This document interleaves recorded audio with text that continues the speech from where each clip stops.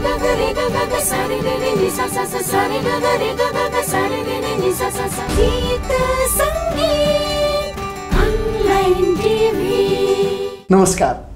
गीत सङ्गीत अनलाइन टिभीको विशेष श्रृङ्खलामा स्वागत छ। म हिरो सुलभचन।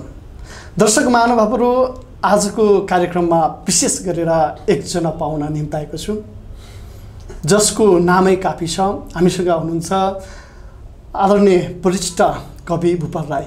म उहाँलाई गीत सङ्गीत अनलाइन टिभीमा स्वागत गर्न चाहन्छु। दाजु सेवा सिमुना, यहाँलाई गीत सङ्गीत अनलाइन टिभीमा स्वागत छ। नमस्कार। र गीत सङ्गीत अनलाइन टेलिभिजनलाई पनि यहाँसम्म मलाई बोलाएर केही कुराहरू अब गर्छौँ होला हामी, होइन, संवाद गर्छौँ र संवादको लागि धन्यवाद। विशेष गरेर यहाँले कुन विधाबाट चाहिँ कलम चलाउनु भयो सुरुको दिन? सुरुमा चाहिँ अब मेरो कवितै हो। कविता लेख्ने क्रममा मेरो पहिलो अब एउटा लेखनको पहिलो धार कविताबाट सुरु भयो। पछाडि विशेष कारणवश परिस्थितिवश गीततिर पनि मेरो अब लेखन ढल्क्यो अनि अहिले पछिल्लो कालमा आएर निबन्धहरू पनि लेख्दैछु। तर मेरो सुरुवात चाहिँ कविताबाटै सुरु भएको। यहाँले कविता लेखिरहँदा यहाँको लागि कविता के हो? आज कवितालाई समाजले कसरी ग्रहण गरेको पाउनुहुन्छ? कविताको क्षेत्र चाहिँ कस्तो भने अलिकति अरू विषयभन्दा जस्तो गीतको कुरा आयो, होइन। अहिले त अब बजारमा आख्यानहरूको चहल पहल बेसी छ, तर कविताको क्षेत्र चाहिँ अलिकति दुरूह पनि हो यो, होइन। अलिकति पहिला हाम्रो जमानामा अलिक क्लिष्ट भन्थ्यौँ हामी, अलिकति स्पष्ट ढङ्गले नभन्ने, होइन, घुमाएर भन्ने, त्यो खालको पहिला हामी कविता लेख्थ्यौँ। तर कविता खास हो चाहिँ के भने मानिसको अथवा मानिस त एउटा सामाजिक प्राणी हो। समाजमा बसेपछि समाजका विभिन्न घटना प्रतिघटना, होइन, सामाजिक चाहिँ विभिन्न परिस्थितिहरू स्थितिहरू, राजनीतिक परिस्थितिहरू स्थितिहरू, आर्थिक स्थितिहरू जे छ त्यसबाट प्रभावित भएको जे जति अवस्था छ त्यो अवस्थालाई अनुभूति गर्छन् मान्छेले, होइन। त्यो अनुभूतिलाई सम्प्रेषण गर्ने एउटा माध्यम हो कविता भनेको, अथवा एउटा भाषामा हामी व्यक्त गर्छौँ कुराहरू। त्यो भाषाको पनि विशिष्ट भाषा हो कविता। र अब रह्यो के भने अहिलेको समाजले कसरी ग्रहण गर्छ। पहिलाको समाजमा त हामीले कविता लेख्दाखेरि अघि मैले भने अलिकति दुर्वा खालको, अलिकति क्लिष्ट खालको, सोझै नभन्ने। कविता लेखिसकेपछि सिधा किन भन्ने। कविताको विशेषता नै त्यही हो कि मानिसले स्पष्ट ढङ्गले नबुझुन् भन्ने हो। विभिन्न ढङ्गले विभिन्न कालखण्डमा विभिन्न राजनीतिक परिस्थिति अनुसार पनि सिधा भन्ने स्थिति थिएन त्यतिखेर। अब अहिलेको समाजले चाहिँ कवितालाई कसरी ग्रहण गरिराखेको छ भने यो कविता पनि एउटा यस्तो हतियार हो, विचारको हतियार हो, जसले वैचारिक ढङ्गले एउटा अभियान सञ्चालन गर्छ, होइन। एउटा भनौँ न आन्दोलन सुरु गर्छ यो कविताले, वैचारिक आन्दोलन। त्यसले गर्दाखेरि यो पहिला सुरुमा एउटा भाषाको खेल थियो कविता, अहिले आएर विचारको खेल भइराखेको छ। एउटा विचारको हतियार सम्प्रेषण गर्ने एउटा माध्यम भएको छ।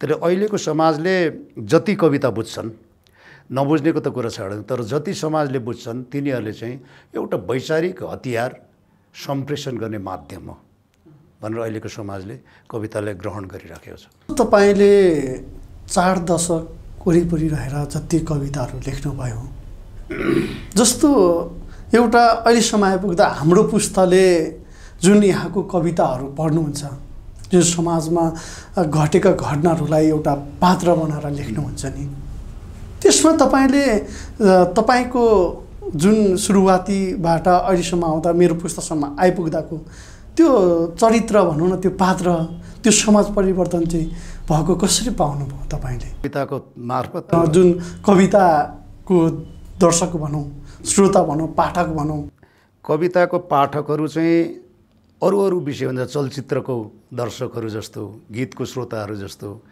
त्यसरी विस्तारित रूपले विस्तृत हुँदैन। कविताको पाठक भनेको चाहिँ त्यो पठन शक्ति र पठनको यो क्षमता भएको मान्छेले मात्रै पढ्ने हुनाले त्यसको पाठकको बजार सानो हुन्छ। त्यसले गर्दा पछिल्लो जस्तो पहिला लेखेको कविताहरू र अहिलेको कविहरूको यो पुस्तालाई जोड्ने जुन कुरा छ कि पहिलाको भन्दा अहिलेको चाहिँ पुस्ताहरू कवितामा अथवा कुनै पनि क्षेत्रमा भन्नाले अब शिक्षाको दृष्टिकोणले पनि हैन ज्ञानको दृष्टिकोणले पनि यो आधुनिक जमानाको डिजिटलाइज जुन एउटा युग छ यसको हिसाबले पनि अहिलेको कविता चाहिँ अहिलेको चाहिँ समाजसँग चाहिँ कविता अलिकति घनिष्ठ छ भन्ने मान्छु म। त्यसले गर्दाखेरि अहिलेको पाठकहरू अलिक विस्तार भएको छ। हामीले पहिला जुन सुरुमा लेख्थ्यौँ नि त्यो सुरुमा लेख्दाखेरि हाम्रो पाठक कम थियो, फेसबुक थिएन हैन, यो विभिन्न खालको चाहिँ अनलाइनहरू थिएन जस्तो अहिले हामी अनलाइन मिडियामा छौँ यस्तो थिएन। सामान्य एउटा पेपरमा कागजमा छापेर पुस्तकमा छापेर बडो मुस्किलले मान्छेहरूले वितरण गर्नुपर्थ्यो। त्यो अहिले झमेला छैन। कुनै पनि चिज लेखेपछि डाइरेक्ट फेसबुकमा पोस्ट गरेपछि समाजमा जान्छ। अन्त समाज पनि कस्तो भने अब फेसबुकको हिसाबले पनि अथवा एउटा शैक्षिक स्तरको हिसाबले पनि पाठकहरूको विस्तार भएको छ अहिले। त्यसले गर्दा अहिले चाहिँ कविता चाहिँ समाजसँग अलिकति बेसी घुलमिल भएको, अलिकति समाजको पहुँचमा पुगेको छ। अहिलेको जुन प्रविधि विकाससँगै हैन कविहरू पनि जन्मिरहेका छन्। जस्तो हाम्रो पुस्ताले लेख्ने कविता र तपाईको पुस्ताले लेख्दै आउनुभएको कवितामा चाहिँ के फरक पाउनुहुन्छ? समाज फरक छ नि त, समय फरक छ। पहिला हाम्रो जमानामा गीत लेख्दाखेरि चिठीको गीत लेख्थ्यौँ, चौतारीको गीत लेख्थ्यौँ, ठाँटी फैलाइसकेको गीत लेख्थ्यौँ, खोला नालाको गीत लेख्थ्यौँ हैन। गीत लेख्दाखेरि कविता त्यस्तै लेख्थ्यौँ। अब अहिलेको समाजमा चिठी भनेको बुझ्दैन, च्याट भन्छ हैन, च्याटिङको गीत लेख्छन् अहिलेको समाज। अहिलेको चाहिँ पुस्ताहरू के अरे क्याफेको कविता लेख्छन्। हाम्रो जमानामा क्याफे थिएन। यो जसरी समय चेन्ज हुँदै जान्छ र समाज रूपान्तरण हुँदै जान्छ, टेक्नोलोजी रूपान्तरण हुँदै जान्छ गर्दाखेरि समाज जस्तो बन्छ त्यस्तै त्यो अभिव्यक्तिमा आउने हो, गीतमा कवितामा हैन। हामी जस्तो अब हामीले चिठी लेख्दाखेरि प्रेमी प्रेमिकाको कुरा गर्दाखेरि महिनौँ चिठी पर्खिनु पर्थ्यो हैन। त्यो महिना कुनै प्रेमिकाको चिठी आउँछ भन्ने जान्दा जान्दै त्यो 1 महिना कुर्दाको जुन अनुभूति हुन्छ त्यो अनुभूति हुन्थ्यो हाम्रो। त्यो अनुभूति लेख्थ्यौँ हामी कवितामा गीतमा। अहिले सेकेन्ड बाई सेकेन्ड चाहिँ च्याटिङ हुन्छ। त्यो बढी मात्रामा अहिलेको कविताहरू पढ्ने हो भने भावना बगेको पाउँछौँ।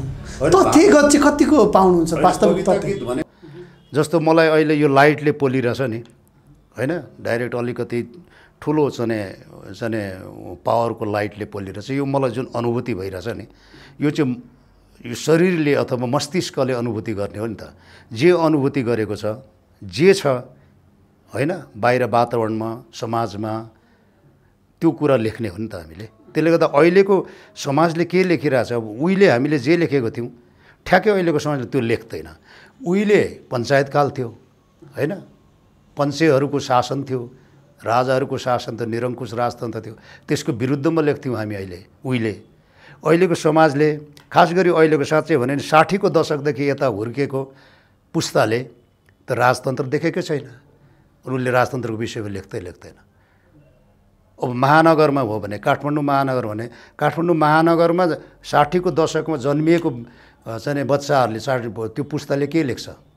महानगरको समस्याहरू लेख्छ, फोहोरको समस्या लेख्ला, बिजुली नआएको समस्या लेख्ला, हिँड्दै अब कतै चाहिँ अब खाना मन लाग्ने भोक लागेको कुराहरू लेख्ला।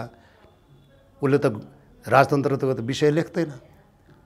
इतिहास पढ्ने विद्यार्थीले राजतन्त्र पढ्ला तर कवितामा लेख्दैन उसले, किनभने उसको समाजले राजतन्त्र देखेको छैन। उहाँले भोगेको चिज त लेख्न सकिन्छ नि, भोगेको कुरा लेख्ने हो। जस्तो हाइपोथेटिकल त्यो त कमै पाउँछौँ नि यसो हेर्ने हो। हाइपोथेटिकल जस्तो काल्पनिक कुरा पनि लेखिन्छ, तर काल्पनिक कुरा लेख्ने भनेको चाहिँ त्यो एथेन्टिसिटी हुँदैन। जस्तो अहिलेको पुस्ताले मैले राजतन्त्र भोगेँ भनेर लेख्न सक्छ त? सक्दैन नि त।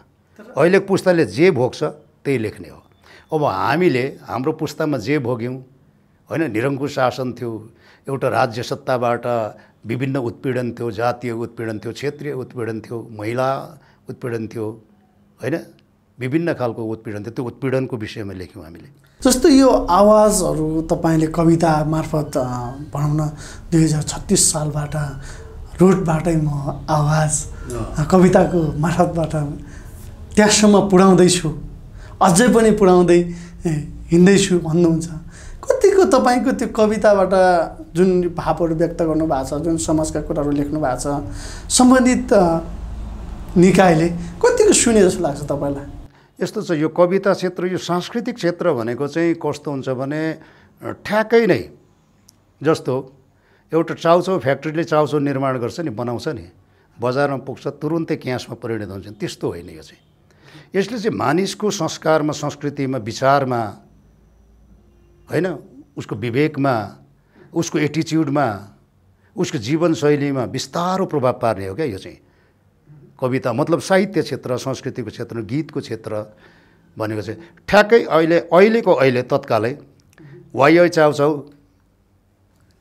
उत्पादन गर्यो, बजारमा लग्यो, ग्राहक छ, ग्राहकले तुरुन्तै 20 रुपियाँ दिन्छ, खान्छ उसले, 20 रुपियाँ आयो, यस्तो हुँदैन। यो चाहिँ के भने मानिसको जीवनको चिन्तनसँग, चेतनासँग र चिन्तन प्रणालीसँग गाँसिएको हुनाले यसको चाहिँ प्रभावहरू स्पष्ट ढङ्गले क्यासमा देखिँदैन, दूरगामी प्रभाव हुन्छ यसको। र यति समयमा यो कारणले यो देखिन्छ भन्ने खालको स्पष्ट ढङ्गले हामीले मापन गर्न सकिँदैन यसको। तर यसको प्रभाव हुन्छ, यसको प्रभाव हुन्छ। किन प्रभाव हुन्छ भने जस्तो एउटा उदाहरण दिउँ, गोपाल प्रसाद रिमालको त्यो आमाको सपनाको कुरा हो।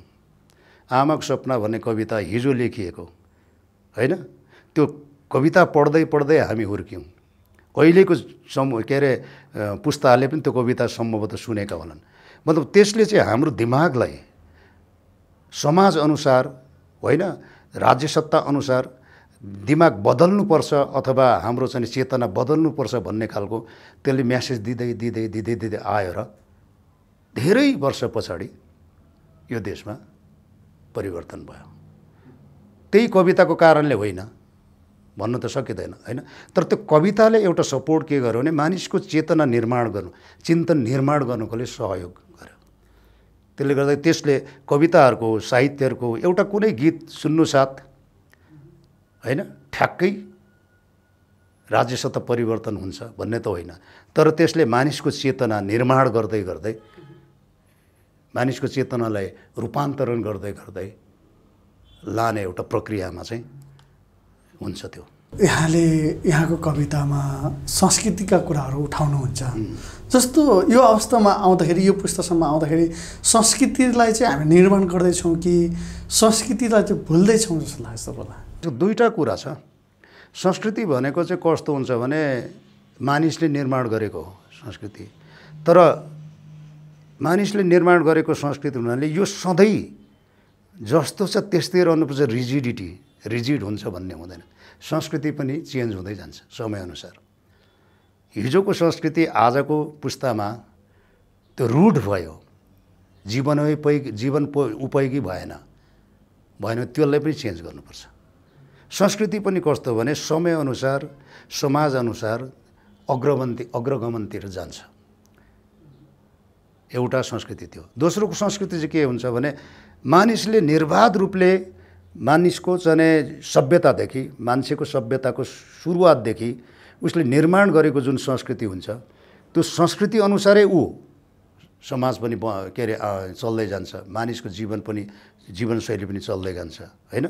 तर त्यसलाई छाड्नै हुँदैन, त्यो जस्तो छ त्यस्तै छ भन्ने खालको विचार चाहिँ फेरि रुट्स विचार हो। जस्तो उदाहरणको लागि हाम्रो किराँतीहरूको भनौँ न, अब अरू धेरै छ तर म किराँती हुनाले किराँतीको उदाहरण दिनुपर्छ। जस्तो एउटा हाम्रो किराँत राईहरूको चुला पुज्ने हुन्छ क्या, चुला पुज्ने। त्यो चुला भनेको गाउँमा जसरी पुजिन्छ नि, बिजुवाहरू राखिन्छ, नछुङहरू राखिन्छ होइन, रातभरि नछुङहरू चिन्ता बस्छन्, त्यसरी चुला पुज्छ। अब काठमाडौँमा चुला पुज्दा कसो गर्ने त? नछुङ पाइएन भने यसको विकल्पहरू अनेक हुन्छ। त्यही त विकल्प खोज्ने हो र विकल्प अनुसार, समय अनुसार जे उपलब्ध हुँदै जान्छ है। एउटा त संस्कृतिको निरन्तरता पनि दिने हो। सङ्केत यो हो कि किराँतीहरू चुला पुज्छन्, त्यो मैले भन्नु खोजेको निरन्तर चुला पुज्ने जाति हो। दोस्रो चाहिँ अब नछुङै चाहिन्छ भन्ने हो भने काठमाडौँमा नछुङ पाइँदैन, किनभने यहाँ प्रत्येक अहिले त धेरै जसो राईहरूको चुलाहरू अहिले जसले घर बनाएको छ त्यो घरमा चुला छ। शुद्ध गाउँकै नसुङ पाइएन भने चुलै नपुज्ने भन्ने हुँदैन नि त। त्यसले गर्दाखेरि संस्कृतिमा अलिकति परिवर्तन समयअनुसारको परिवर्तन पनि गर्दै जानुपर्छ भनेको, तर संस्कृति छोड्ने होइन। तपाईँले बढी मात्रामा चाहिँ पहिचानका मुद्दामा कविताहरू लेख्दै आइराख्नु भएको छ। तपाईँको जुन पहिचानका विषयवस्तुमा चाहिँ कविता लेख्दै गर्दाखेरि एउटा केही आन्दोलनहरू सफलता पनि भएको हामीले पाउँछौँ, जसमा यसलाई तपाईँ निहालेर होइन फर्केर हेर्दा कसरी हेर्नुहुन्छ, के पाउनुहुन्छ? यो समाजको लागि के गरे जस्तो लाग्छ तपाईँले? महत्त्वपूर्ण प्रश्न हो यो। अब जस्तो मेरै हिसाबले, मेरै अब व्यक्तिगत ढङ्गले भन्ने भने, व्यक्तिगत कुरा गर्ने हो भने पनि, अथवा मैले लेखिराखेको धारको कविताले समाजलाई के देन दियो भन्ने प्रश्न एकदम जटिल प्रश्न पनि हो र महत्त्वपूर्ण प्रश्न पनि हो। अघि मैले एउटा कुरा के भने ठ्याक्कै नै कुनै उत्पादित चिज जस्तो ठ्याक्कै क्यासमा रूपान्तरण हुन्छ भन्ने हुँदैन सांस्कृतिक कुराहरू भन्ने त भने, तर समाजलाई कसरी यसले प्रभाव पार्दै जान्छ भन्ने कुरा चाहिँ एउटा महत्त्वपूर्ण प्रश्न हो। अब मेरै कुरा गर्ने हो भने 40 को दशकतिर मैले जुन कविताहरू लेख्थेँ, जस्तो गीतहरू लेख्थेँ, त्यो पहिचानसँग सम्बद्ध अथवा पहिचान जनित कविताहरू गीतहरू लेख्थेँ। अथवा त्यतिखेर हामी पहिचान भन्ने शब्द हामी त्यो शब्द प्रयोग गर्दैनथ्यौँ। 40 को दशकमा हामीले लेख्दाखेरि जब यो पहिचान भन्ने शब्द चाहिँ यो नेपालमा 10 वर्ष जनयुद्ध पछाडि त्यसको चाहिँ जगमा जो 62-63 को जनआन्दोलन भयो नि, त्यो जनआन्दोलन पश्चात क्वाइन भएको शब्द हो यो पहिचान भनेको। यो पहिचानलाई हामी त्यतिखेर 40 को दशकमा मैले लेख्दा पहिचान भन्दैनथ्यौँ। त्यतिखेर हामी के भन्थ्यौँ भने जातीय मुक्तिको गीत भन्थ्यौँ अथवा जातीय मुक्तिको कविता, अथवा हामी जातीय मुक्ति खोज्थ्यौँ। त्यतिखेर भन्नुको अर्थ के भने राज्य सत्ताबाट त्यतिखेरको राज्य सत्ता कस्तो हो भने एकल जातीय थियो होइन, एकल धर्मी थियो, एकल भाषी थियो। त्यसको चाहिँ विरुद्धमा अथवा प्रतिपक्षी चेतना राखेर अब त्यसको विरुद्धमा लड्नुपर्छ भन्ने त्यो ज्ञान, त्यो चेतना जब हामीसँग पैदा भयो, विकसित भयो, त्यस पछाडि हामीले जातीय मुक्तिको कविता लेख्थ्यौँ, वर्गीय मुक्तिको कविता लेख्थ्यौँ। त्यतिखेर पहिचान भन्ने शब्द थिएन। त्यही नै पहिचानको चाहिँ नै आधारभूत भनौँ न कविताहरू अथवा पहिचानको आधारभूत चाहिँ फ्याक्टरहरू यिनै जातीय मुक्ति, वर्गीय मुक्ति नै हुन्। त्यतिखेर हामीले त्यो लेख्दाखेरि पञ्चायतको विरुद्धमा पनि लेखियो, अथवा पञ्चायत राज्य सत्ता थियो त्यतिखेर होइन। त्यस पछाडि 45-46 सालको जनआन्दोलन पछाडि एउटा एक खालको चाहिँ प्रजातन्त्र आयो, प्रजातन्त्रको विरुद्धमा पनि लेख्यौँ, किनभने सबैले हामीले रुचाएको, हामीले चाहेको मुक्ति त प्रदान गरेन। फलस्वरूप के हो भने बिस्तारो समाजलाई कसरी यसले निर्देश गर्छ अथवा समाजलाई कसरी रूपान्तरण गर्न यसले सहयोग गर्छ भन्ने कुरा चाहिँ यहाँबाट के बुझ्नुपर्छ भने हामीले लेखिराखेको त्यो धारको कविताहरू लेख्ने क्रममै पछाडि गएर 2052 सालको माओवादी जनयुद्ध सुरु भयो नेपालको। त्योभन्दा अगाडि हामीले लेखेको पहिचानको अनि 2052 सालको जनयुद्ध 10 वर्ष जनयुद्ध भयो। 10 वर्ष जनयुद्धमा को दौरानमा हामीले लेखिराखेको मुद्दामा माओवादी जनयुद्ध आयो। फलस्वरूप विभिन्न खालको त्यो पार्टीले जातीय मुक्ति मोर्चाहरू खोल्यो। त्यो जातीय मुक्ति मोर्चाहरू खोल्नुको आधारभूमि हाम्रै कविता थियो। एकदमै गौर गरेर हेर्नुहुन्छ। त्यस पछाडि विभिन्न खालको चाहिँ के अरे नेपालमा पहिचानका मुद्दाहरू, पहिचानका अभियानहरू, पहिचानका आन्दोलनहरू भएर थारू आन्दोलन भयो, मधेस आन्दोलन भयो, आदिवासी जनजाति आन्दोलन भयो। यो कसरी भयो त? कसैले नदेख्ला, कसैले नबुझ्ला, तर यसको बेसमा, त्यसको आधारमा हाम्रो कविता थियो।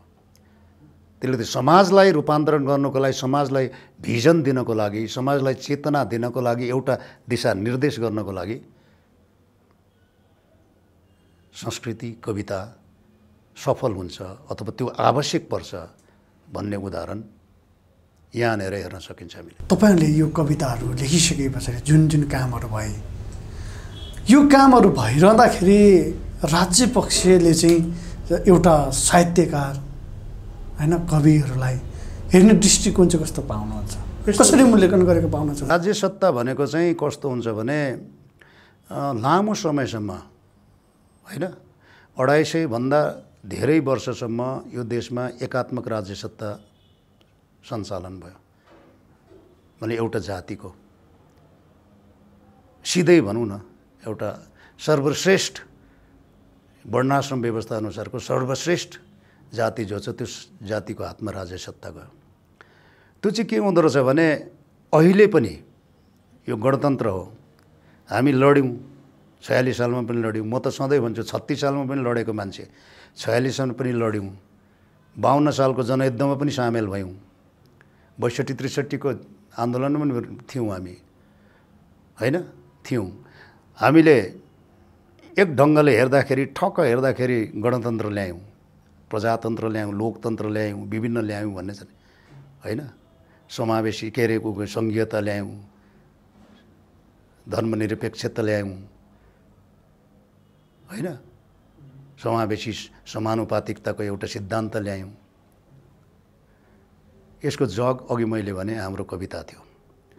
तर फेरि पनि राज्य सत्ताले कविहरूले कुन दृष्टिले हेर्छ त भन्ने एउटा प्रश्न जुन आयो नि, यो प्रश्नमा चाहिँ हामी जस्तो निरन्तर अग्रगमनको लागि अथवा राज्य सत्ताको अब राज्यको सेवकहरू अथवा राज्य सञ्चालन गर्ने एउटा वर्ग तह तबकाको लागि हामी निरन्तर जहिले पनि प्रतिपक्षी चेतनाको कविता लेखिराख्ने मान्छे। अथवा कहिलेसम्म प्रतिपक्षी चेतना कविता लेखिराख्ने भन्ने एउटा टड्कालको प्रश्न छ। जहिलेसम्म राज्य सत्ता हामीले सोचे जस्तो हुँदैन।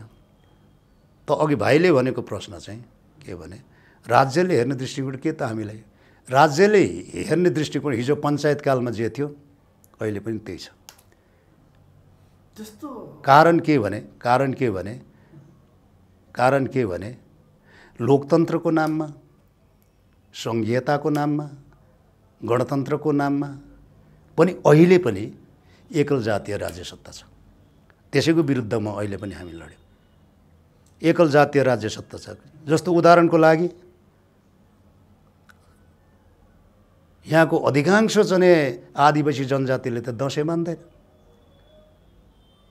मान्छ त मान्दैन, तामाङले मान्छ मान्दैन, किराँतीहरूको दसैँ हो होइन।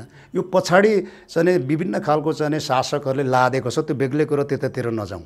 तर अहिले पनि एकल जातीय राज्य सत्ता छ किन भन्ने उदाहरण दिनको लागि दसैँलाई हेर्न सकिन्छ। दसैँमा के गरिन्छ? राज्य सत्ताले के गर्छ? सबैभन्दा बेसी लामो बिदा दसैँमा दिन्छ। किन अरूलाई एक दिन, किन दसैँलाई धेरै दिन? दसैँमा एक दिन दिँदा मिल्दैन। लोसारमा एक दिन दिनुपर्ने, दसैँमा 10 दिन किन चाहियो? साकेलामा एक दिन दिनुपर्ने, दसैँमा किन 10 दिन चाहियो? र त्यसैलाई चाहिँ नि त्यही दसैँलाई चाहिँ आम जनताहरू, नेपाली जनताहरूलाई एउटा मानसिक रूपले, मनोवैज्ञानिक रूपले आफ्नो चाहिँ सहवरण गराउनको लागि, स्वामित्व बोध गराउनको लागि अथवा एक खालको दसैँको नाम एउटा दासत्व चाहिँ प्रदान गर्नको लागि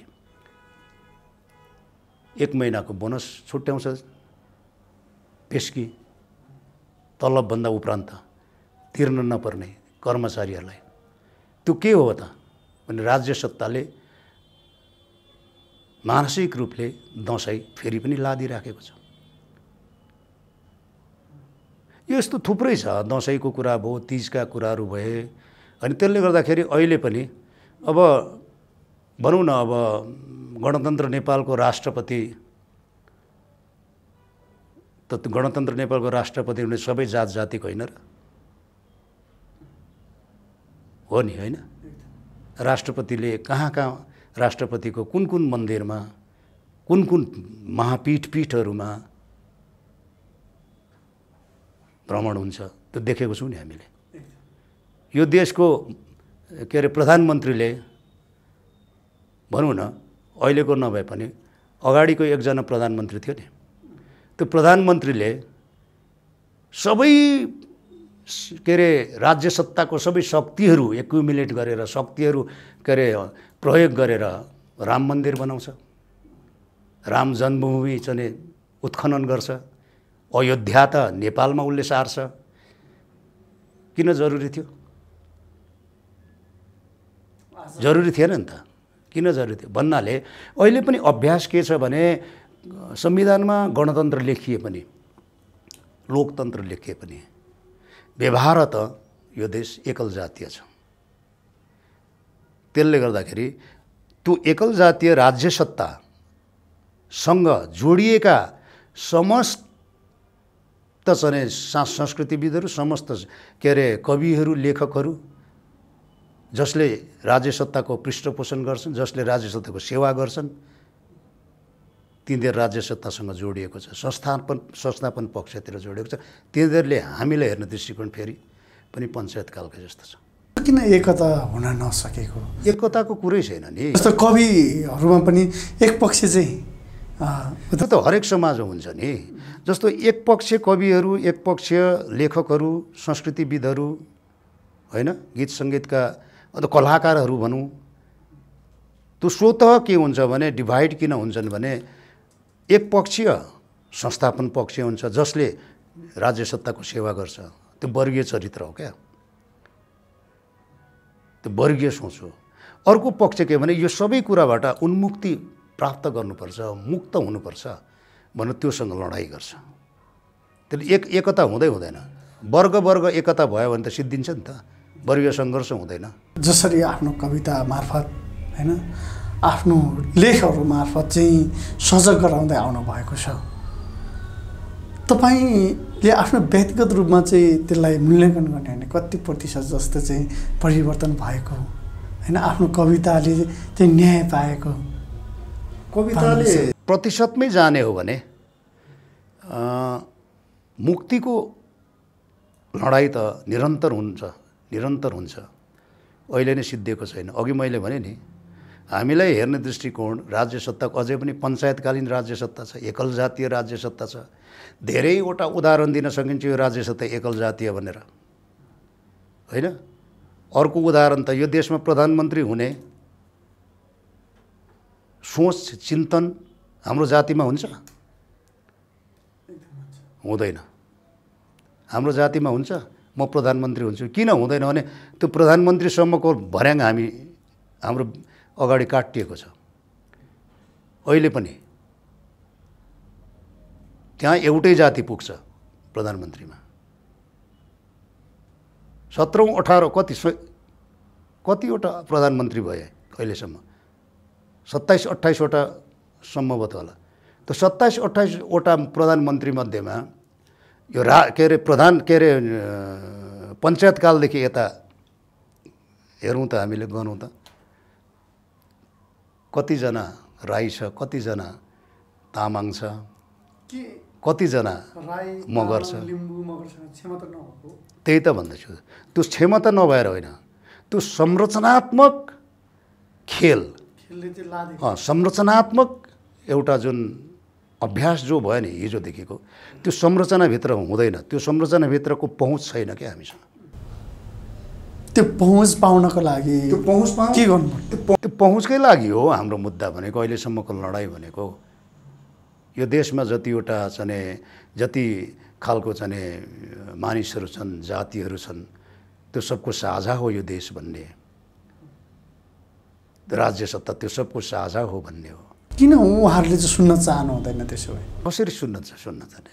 कसैले, जस्तो मलाई एउटा आलिशान एउटा बिल्डिङ छ मेरो, होइन, त्यहाँ म सुविधाजनक जीवन बिताइरहेछु। एउटा लग्जरियस कार छ, त्यहाँ म हिँडिराखेको छु। कसैले यो छोड भनौँ भने छोड्छु म? सक्छु? सक्दिनँ नि त। त्यो पनि तत्कालै मेरो जीवनले, मेरो एक पुस्ताले कमाइ गरेको कमाइ होइन त्यो। पुस्ता दर पुस्ताबाट उपभोग गर्दै आएको चिज हो नि त त्यो। कतिौँ पुस्ताबाट उपभोग गर्दै आएको चिज कसैले छोड्छ? छोड्दैन नि त। त्यही नछोडेर त्यही नछोड्ने खालको एउटा चिन्तन प्रवृत्ति वर्गसँगको लडाइँ त हो यो संसारको लडाइँ भनेको। कहाँ नेपालको हाम्रो मात्रै लडाइँ हो त यो? विश्वको लडाइँ त्यही हो। जसले छोड्दैन, जसले शक्ति छोड्दैन, जसले शक्ति जनतामा दिँदैन, अधिकार जनतामा दिँदैन, अनि न अधिकार जनताले खोज्छ। लडाइँ यही त हो, विश्वको लडाइँ, हाम्रो लडाइँ एउटै त हो नि। जनताको एउटा अधिकारको लडाइँले कहिले चाहिँ न्याय पाउला त? निरन्तर हुन्छ, जहिलेसम्म पाइँदैन।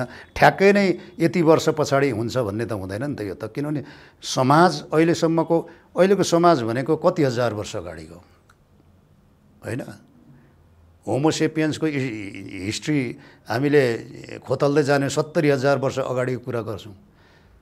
70,000 वर्ष अगाडिदेखि निरन्तर आउने क्रम हामी यहाँ छौँ। पृथ्वी रहेसम्म, मानव जाति रहेसम्म चलिरहन्छ यो त। पृथ्वी नै ध्वस्त भयो भने त बेग्लै कुरा। तर निरन्तर यो मुद्दा एक खालको जनताले बोकिराखेकै हुन्छ जबसम्म उसले प्राप्त गर्नुपर्ने समूल अधिकार प्राप्त गर्दैन, जबसम्म उसको समूल मुक्ति हुँदैन। किनभने वर्ग सङ्घर्ष भनेको यही हो नि।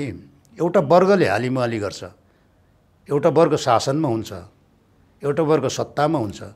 उसले त्यो सत्ता, अधिकार, सुविधा, सुख बाँड्न चाहँदैन, जबकि नैसर्गिक अधिकार जनताको पनि हो त्यो प्राप्त गर्ने। भनौँ न, एउटा उदाहरण दिउँ। यो देशमा कति हजार वर्ग माइल अथवा कति हजार वर्ग फिट जमिन छ? जति हजार छ, जति लाख छ, कति जनता छ यहाँ? दामासैले उसको अधिकार लाग्छ लाग्दैन? यहाँको माटोमा लाग्छ नि, होइन? यो देशको प्रधानमन्त्री, यो देशको राष्ट्रपति, यो देशको मन्त्री। अस्ति एउटा न्युज पढिरहेको थिएँ, एउटा कति 4 वर्ष कि 5 वर्ष के अरे जाइरहेको नासुको कति करोड, कति पो भन्थ्यो, 6 करोड हो कि के पो भन्थ्यो, हो कि 60 करोड हो सम्पत्ति देखियो, कतिवटा घर देखियो भन्छ नि। त्यो कहाँबाट प्राप्त गर्यो उसले? त्यत्तिकै मेरो किन भएन? 3 करोड जनता, 3 करोड पुगेको छैन यो पछिल्लो उसले। 3 करोड मानिलिउँ न, 3 करोड जनता, 3 करोड जनताको साझा देश होइन यो। अनि कसैको चाहिँ 50 बिघा जमिन, अनि कसैको चाहिँ 1 हात जमिन हुँदैन नाममा। मुद्दा यही त हो, लडाइँ यही त हो। त्यो 50 बिघा जमिन चाहिँ कहाँबाट ल्यायो त कसैले, कुनै धनीले? त्यो जमिन चन्द्रबाट आएको जमिन हो कि अमेरिकाबाट हायर गर्यो उसले त्यो जमिन? एउटा धनिष्ठ मान्छेले जसको नाममा ल 10 बिघै भनौँ, त्यो 10 बिघा कसरी ल्यायो त उसले? कसरी प्राप्त गर्यो उसले भन्ने प्रश्न हो क्या यो। जबकि 10 हात जमिन, जब 10 बित्ता जमिन मेरो नाममा छैन, यो देशैभरि छैन मेरो। त एकजना कसैकोमा चाहिँ नाममा 50 बिघा हुने, मेरो नाममा चाहिँ 50 इन्च नहुने चाहिँ के भयो त यो? त्यो धनीले त बेग्लै देशबाट किनेर ल्याएको जमिन त होइन यो। भन्नुपर्दा त साझा देश हो भने साझा सम्पत्ति हुनुपर्छ, साझा अधिकार हुनुपर्छ, साझा पहुँच हुनुपर्छ, राज्य सत्तामा साझा प्रतिनिधित्व हुनुपर्छ भन्ने सवाल हो नि त। संसारकै मुद्दा, संसारकै लडाइँ यही त हो। बस हाम्रो लडाइँ पनि त्यही हो। त्यही भनेको अब कोही असरल चने जमिनको मालिक, कोही पनि केही पनि नहुने, भने त्यो अधिकार, विशेष अधिकार कहाँबाट प्राप्त भयो त भने ऐतिहासिक संरचनात्मक लाभबाट, ऐतिहासिक संरचनात्मक एउटा के भन्छ त्यो सुविधाबाट प्राप्त हो नि त। त्यो सुविधा कसैले नहोस्, सुविधा हुन्छ भने सबैले होस् भन्ने हो नि त। यहाँको महत्त्वपूर्ण समयको लागि यहाँलाई धेरै धेरै धन्यवाद। धन्यवाद भाइलाई पनि र यो के अरे गीत सङ्गीत अनलाइन टेलिभिजनलाई पनि मुरी धन्यवाद दिन चाहन्छु। यसको उत्तरोत्तर प्रगति होस् भन्ने चाहन्छु। आज हामीले कुराकानी गऱ्यौँ वरिष्ठ कवि भूपाल राईसँग आजको कुराकानी यहाँलाई कस्तो लाग्यो, सल्लाह सुझाव प्रतिक्रिया दिनु नभुल्नुहोला भन्दै अर्को नयाँ श्रृङ्खलामा नयाँ अतिथिको साथमा आउने बाजा गर्दै आजको यो श्रृङ्खलाबाट म कार्यक्रम प्रस्तुता हिरोज लोप्चनपट्टि बिदा हुन चाहन्छु। हस्त नमस्ते। आगो त बाल्ने सलाहीको जमाना छैन भलाहीको, चोखो त माया म गर्छु दोस्ती, छेको थुनो छ छैन कसैको। नमस्कार, म गायक आसमान लोप्चन। यदि तपाईँ मलाई देखिरहनु भएको छ, हेरिरहनु भएको छ भने कृपया गीत सङ्गीत अनलाइन टेलिभिजनलाई कृपया टिभीलाई सब्सक्राइब गरिदिनुहोला, लाइक गरिदिनुहोला, कमेन्ट गरिदिनुहोला र मन परेको भिडियोहरूलाई सेयर गरिदिनुहोला।